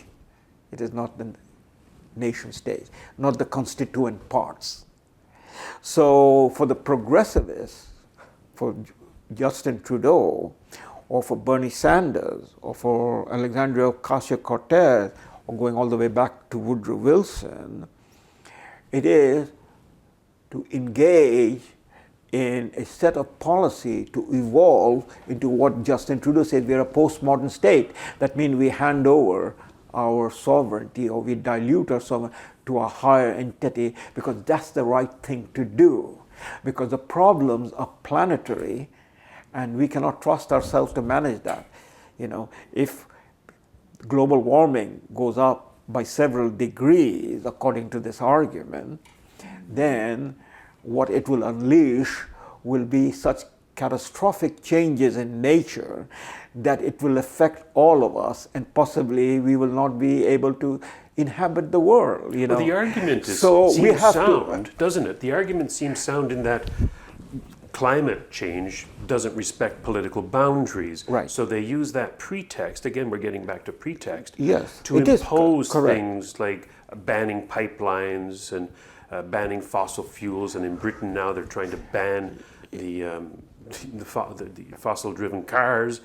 And so this intergovernmental panel on climate change was created by the United Nations as a pretext to say that, the world is being destroyed, so the world must band together under world regulations to mitigate the disaster that is happening. Yeah, you're right. Those pretexts, individually seen, individually analyzed, leads to, in a long-term sense, to the globalist agenda.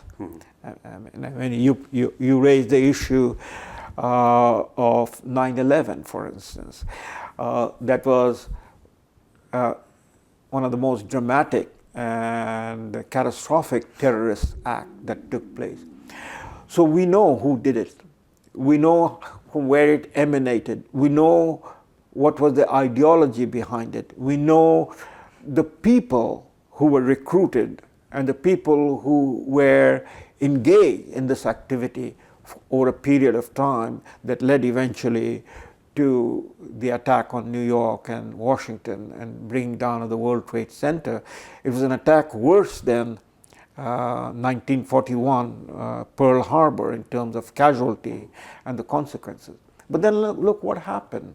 Instead of quarantining these people, instead of saying that these are the people, we will not allow them to come, or we are going to police them, or we are going to examine them, we changed our entire lifestyle. We became, as you just pointed out, not only a security state under constant surveillance, the Orwellian world that we have entered as a result of 9/11, that's the pretext. We are constantly monitored. Our freedoms has been sliced and diced over and over again. It is now an open question, are we any more a free people? When, every thought, every word, every action of ours can not only be monitored, but we can be penalized, we can be held, as a guilty party. And in that sense, the pretext was used to change our lifestyle. Now, the subsequent question is very interesting, Robert, also.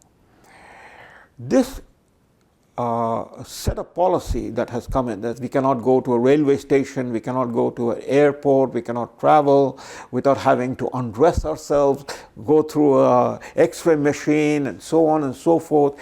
A woman, 80-year-old on a wheelchair has to be, frisked before she is allowed to go through, or a baby, few months old, has to be frisked. All of this is being done upon what was and was until now technically a free people, that is, in Europe and in North America. Now, what was the situation in India or China or much of Africa? Well, these places were not free people in the sense that they have never had, at least in the modern time, anything resembling what we will call a free culture, a culture that respects individual right, individual freedom. Okay, so you can also see what is at play, carrying on with your point about pretext and using it for globalist agenda. That the globalist agenda and globalism is to take away the things that the free people take as their unalienable rights, the right to life, liberty, and happiness, or pursuit of happiness. In the American formulation, in the Canadian formulation, possibly it would have been life, liberty, and the right to own property.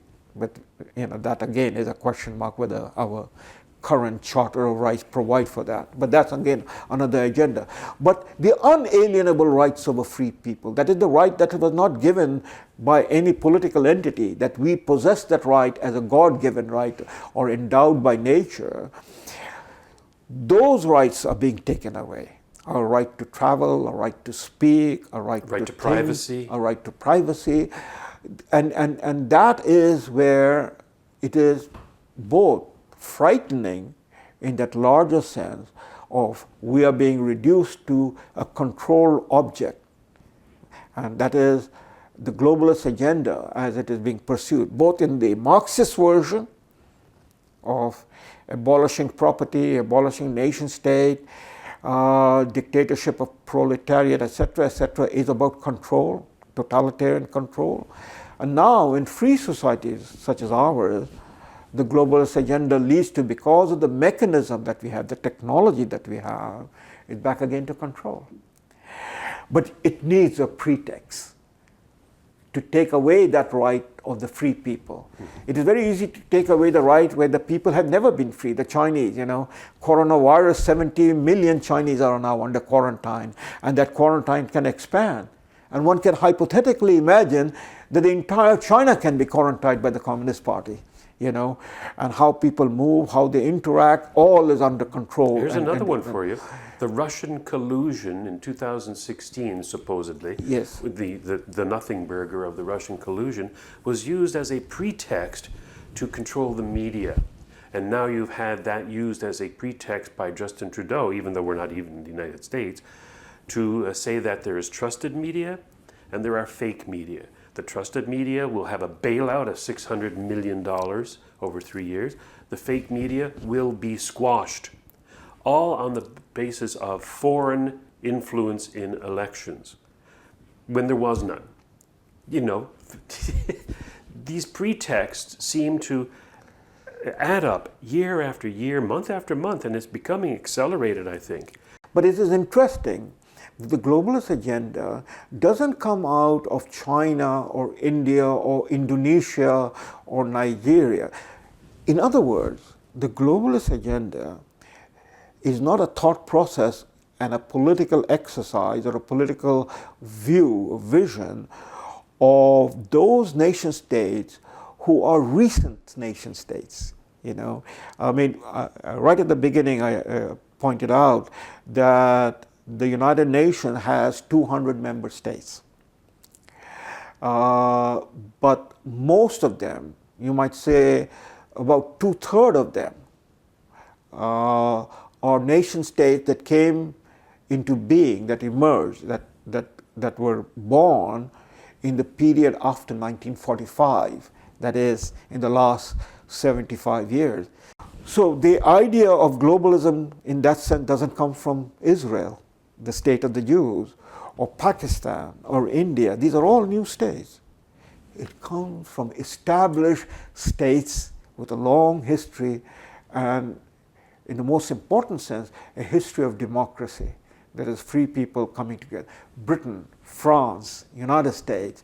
So within these countries, the sovereign state, there is that two visions competing. It seems to be a bit of a paradox, doesn't it? Or counterintuitive to think that this kind of philosophy would come from successful nation states. So there it is. Then we have to go, and it is not politics as such. We have to go into human psychology, anthropology.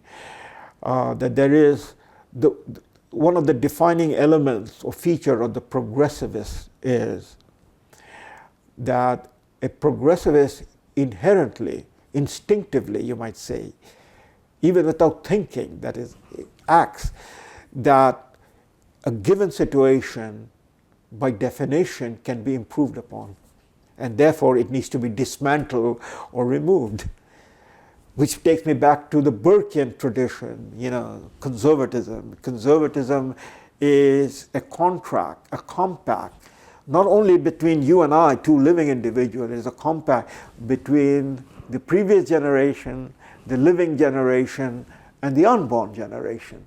It's a partnership, right? So there is the question of tradition, of maintaining tradition, maintaining values, and so on and so forth, that keeps the flow going, a continuum. So Britain, for example, the cradle of classical liberalism that you and I both cherish in terms of individual rights, individual freedom, and the literature abounds in this debate, that goes on.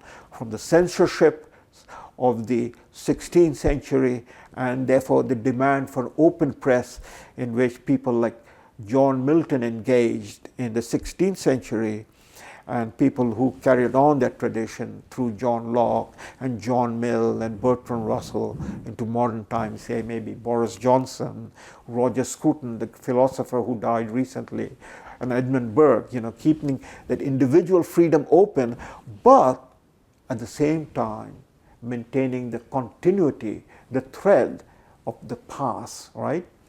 And then within that entity, Britain, we talk about the Fabian socialists. Yes. that is to dismantle everything, that we can improve and make better. And so in the American sense. It was Scruton, actually, who popularized the term oikophobia, which is a fear of the home, fear of the self, fear of what you have. Yes. And I think that he was spot on when he identified that, and you were talking about the psychology of this. The psychology of the left is that of a death cult, the self-hatred. They see the success of Britain, of the United States, the freedom, the lifting out of poverty, and for some reason they hate it, they despise it, they wanted to see it destroyed, and it is a death cult. And I think that's another one of those features of the globalism that we're talking about. Yes, it could be. I mean, this whole. I mean, we can link it up to this whole notion that now is a UN agenda with UN Global Compact on Migration. Yeah. You know, not only to distribute the population, but also to control the population. And that is not left to the people themselves to decide, but somebody to impose upon them. So take the case in the United States. The progressivist agenda, one of the aspects of the progressivist agenda goes back to Elizabeth Sanger, was eugenics. Yes. Don't let the blacks have children, abort their babies, and we're going to see, and the whole exercise of eugenics then taken over into what became the Third Reich, the fascist agenda of the Nazism, about race and destroying race, which is considered, lesser race, the Untermenschen, and get rid of them, So that's the progressivist agenda, that we can improve upon it, we can control it, we can, deal with it, we can design it. So the cookie cutter shaped politics, we have the cookie cutter and we're going to impose it. So whether it is the Marxists or whether it is the globalists on the other side, that is on the progressivist liberal side. So the progressivist liberal, going all the way back to Woodrow Wilson and that agenda, progressivism didn't begin with Woodrow Wilson, but he was the most one of the leading progressivists who became the president of the United States.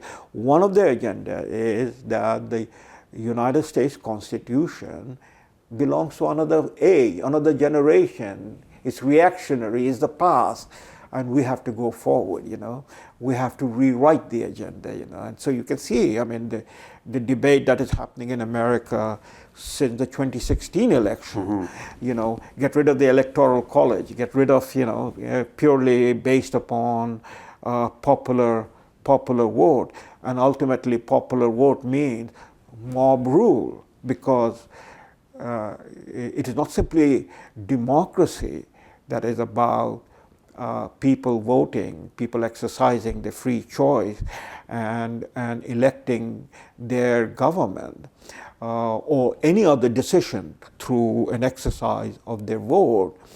The key issue in the American Constitution, and therefore the Republican agenda, by the way, in the American Constitution there is no word that is, democracy is not used. You can go through the entire Constitution and there is no word democracy there. Because it's not a democracy. Yeah, it is not a republic. It is a republic. So what it is about it, but it is through vote.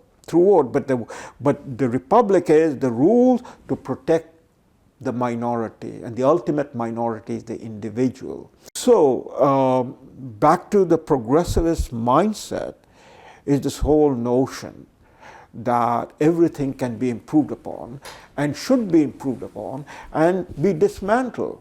And so the lack of satisfaction or content with the nation state, because the problems of the nation state is no longer seen within the prism of the nation state, or no longer seen with the confidence and with the respect that is due to a free people to be able to make their own decision through, of course, the mechanism of conversation, debate, discussion, and so on and so forth in a freely elected assembly.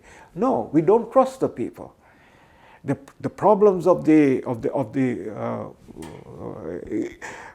has arisen, whether it is 9/11, terrorist attack, or whether it is the question about climate change, we cannot trust the people.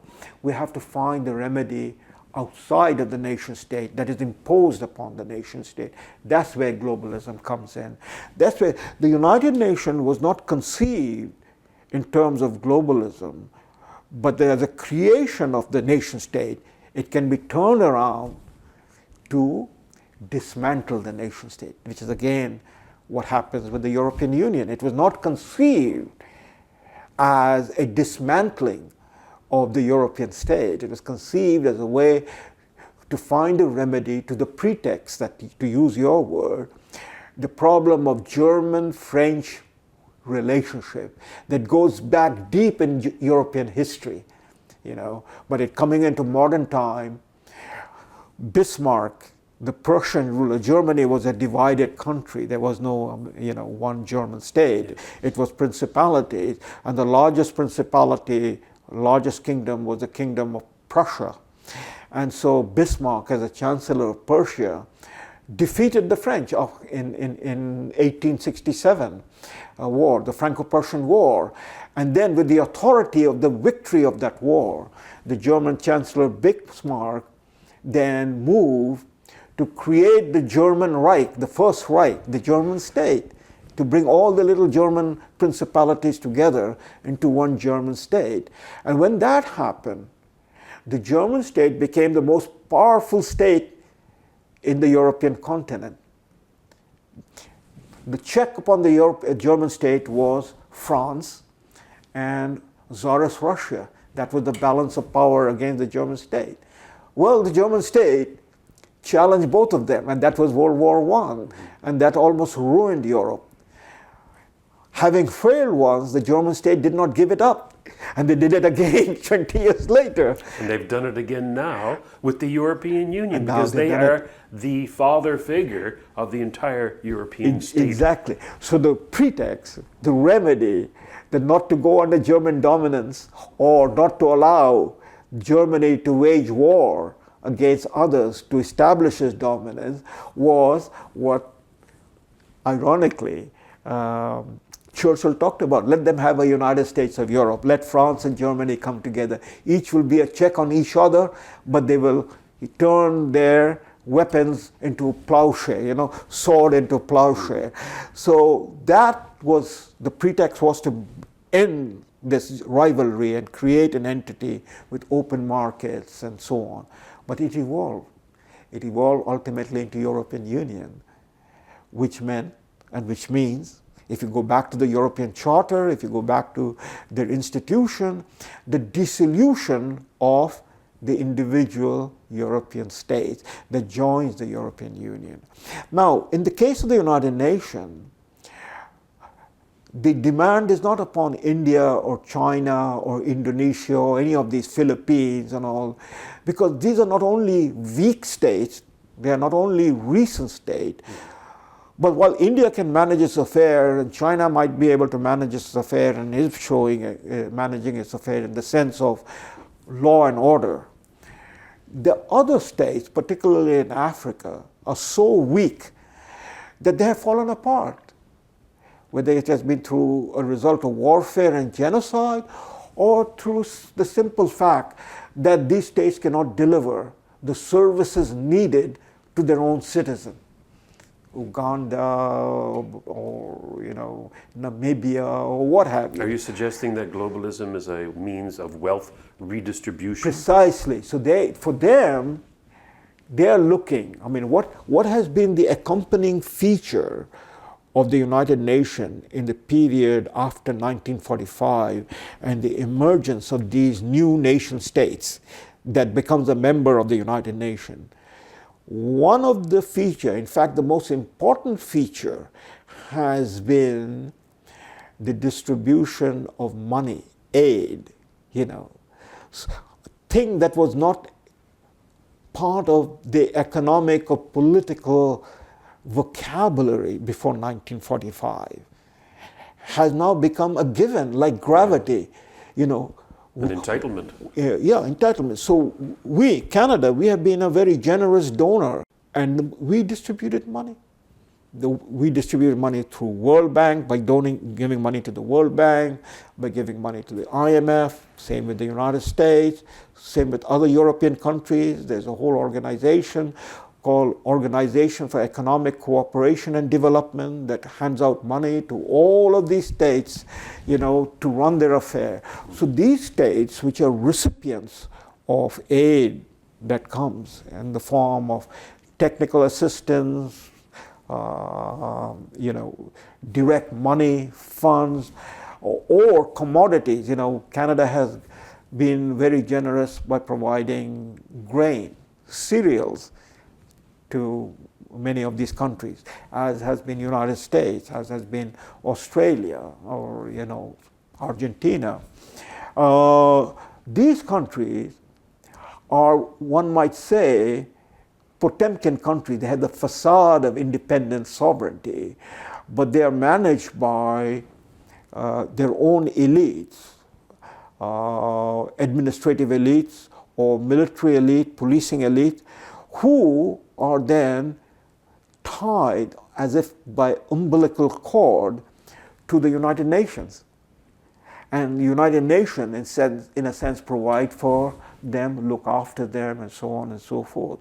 So the issue is not telling Bangladesh or Sri Lanka or any of these countries, Rwanda, Congo, that, you guys have to change your ways of how you're going to use fossil fuel or solar energy. We think that you have to do this, and here's the money, and we're going to give it to you. And you shift from fossil fuel to renewable energy sources. And they will do that. You don't have to worry about irrigation problem. We're going to take care of that. Here it is. We're going to take care of your agricultural needs, or whatever that is. Your market. You can open up the market of the Western world or the developed economies, and we will move the production, and you can sell your goods over here, and you can have employment over there, etc., etc.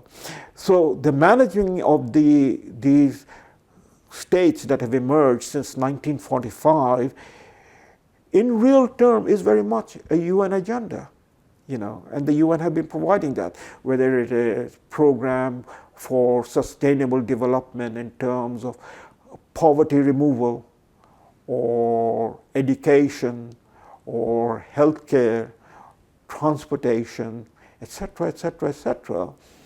These countries turn to the UN, and the UN provide for them. But UN doesn't have the resources. Where does the thing come from? It comes from then the developed countries, the advanced countries. Who are the advanced countries? There's only basically one continent, Europe and North America. Okay? And it is the Europeans and the North Americans have been the provider through the United Nations to all the needs of the large chunk of mankind. Now that's no problem with that. You might say good or bad. I would say it's good. That's what it is. If you need to help, we help. We provide the training. We provide the goods. We provide the expertise, and we lift them up so that they can then, at some point, become a free people and make the choices that we have taken for granted. But the problem comes is when the same agency is telling us that we have to change our way of life. And our political leaders, that is the progressive among us, are willingly participating in that change that is being instituted. So take any number of issues of the last few years, from climate change to global migration, to the issue about education, freedom of speech. Look, the $600 million money that Justin Trudeau paid out last summer to buy out our media, and therefore our media, our corporate media, is no longer a free media. This payment was a decision of Justin Trudeau, but the ideas of it was embedded in the UN Global Compact on migration. Yes. It explicitly said. It was explicitly said that the media has to be controlled, so that the media does not in any way question the program that is being instituted by the UN. So there it is, you can see. This is where the most interesting and yet the most troublesome, if not frightening aspect of globalism is the instrument. The pretext might be particular issue, but globalism is the instrument by which the progressivist alliance is out to strip away the unalienable rights of free people and their sovereign states that the free people have brought about of their own making. That is where we are arrived at. Well, Cold War has ended. There is no longer Soviet Union. There is no longer that competing agenda coming from the Marxist source. Or you might say the Marxist source has now fully converged and has fused into the globalist agenda that was the progressivist. In fact, where it begins and where it ends, it's like the snake swallowing its own tail. For instance, the green agenda and climate as the pretext, climate change as a pretext, is the tool that the Marxists have used to take control of the progressivist vocabulary and then turn it around through the mechanism of the UN agencies into what you call pretext, into redesigning the world according to that globalist agenda that supersedes or overrides the decisions of a freely elected parliaments and assemblies of a free people. Thank you for putting it into context, Salim, and I just wish that conversations like this were more common in Canada, but given globalism, I don't see that happening very soon. No, I mean, yes, it's not happening soon, but the resistance are again we. You and I may be just the two people having this conversation, but there wouldn't be the election of 2016 with enough people like us in their own ways awakening to the reality that their freedom is now on assault, under assault. Their freedom as sovereign people is being stripped away, you know, and the enemy is right within their own ranks, that is the progressivists. So the enemy is not sitting somewhere in Brussels or in Stuttgart or in Beijing. The enemy, in this case, the enemy of freedom, is sitting right in Washington, is sitting right in Ottawa, in our parliament. I mean, just to wrap this up, I mean, very interesting, you know, the Republican Party is supposed to be the party of free people, defending American Constitution, American nation state.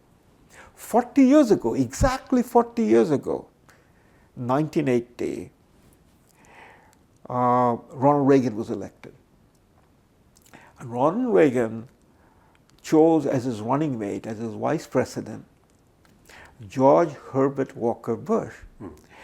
Now, Ronald Reagan was the guy who talked about the evil empire and to bring it down. Ronald Reagan was a proud American defending American exceptionalism and American Constitution.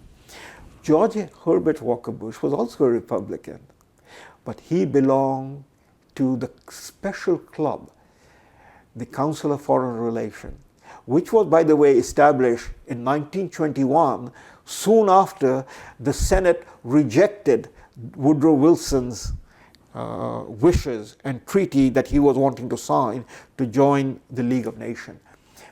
As a result, the progressivists founded the Council for Foreign Relations. It is an exclusive club of the progressives in America, whose whole idea, the main instrument, is their journal called Foreign Affairs. It is to educate the hicks, the farmers, you and me, to the virtues of the League of Nations, of global governance, okay? Now, simultaneously... A new world order. Yeah, world order. In Bushist words, yes. Exactly. there was another organization founded by the very people who founded Council for Foreign Relations, people like David Rockefeller, the Rockefeller family, J.P. Morgan, the Morgan banking family. They founded in the 1970s called a Trilateral Commission to coordinate policies of the Europeans, the Americans, and the Asian, particularly Japan, in terms of economics, you know. And from economics, it will lead to politics. But the Cold War was on, so Soviet Union was a separate bloc. The Trilateral Commission was the one that had this whole idea that was in the Council of Foreign Relations. And these were overlapping people. So George Bush belonged to that. George Bush had been the director of CIA for Richard Nixon. He had been the US ambassador to Beijing in China. Fascinating background story, which we don't have the time to get into, of George Bush, the progressivist who was a Republican. Anyhow, the mask soon fell. President Reagan's two-term came to an end in 1989. George Bush gets elected in 1989 as the vice president now becomes the president, the 41st president of America. And immediately he is faced with, or what happens is, the same year, 1989, the Berlin Wall collapses, the Soviet Union begins to come apart, and by 1991, Soviet Union is gone. What is the response of George Bush? He makes two responses. He goes to a joint session of the US Congress in September of 1990, and he talks about the vision of a new world order, the liberal world order, a law and order, and America will lead it. See, that's the progressivist agenda. United Nations exists.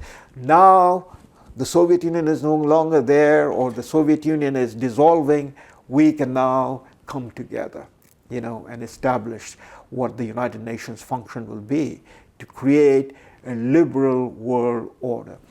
He says the same thing the next month by going to the United Nations General Assembly, which is where every year the president goes, the American president goes and opens the General Assembly session in September or October. And in the first speech at the UN General Assembly, George Bush talks about the New World Order.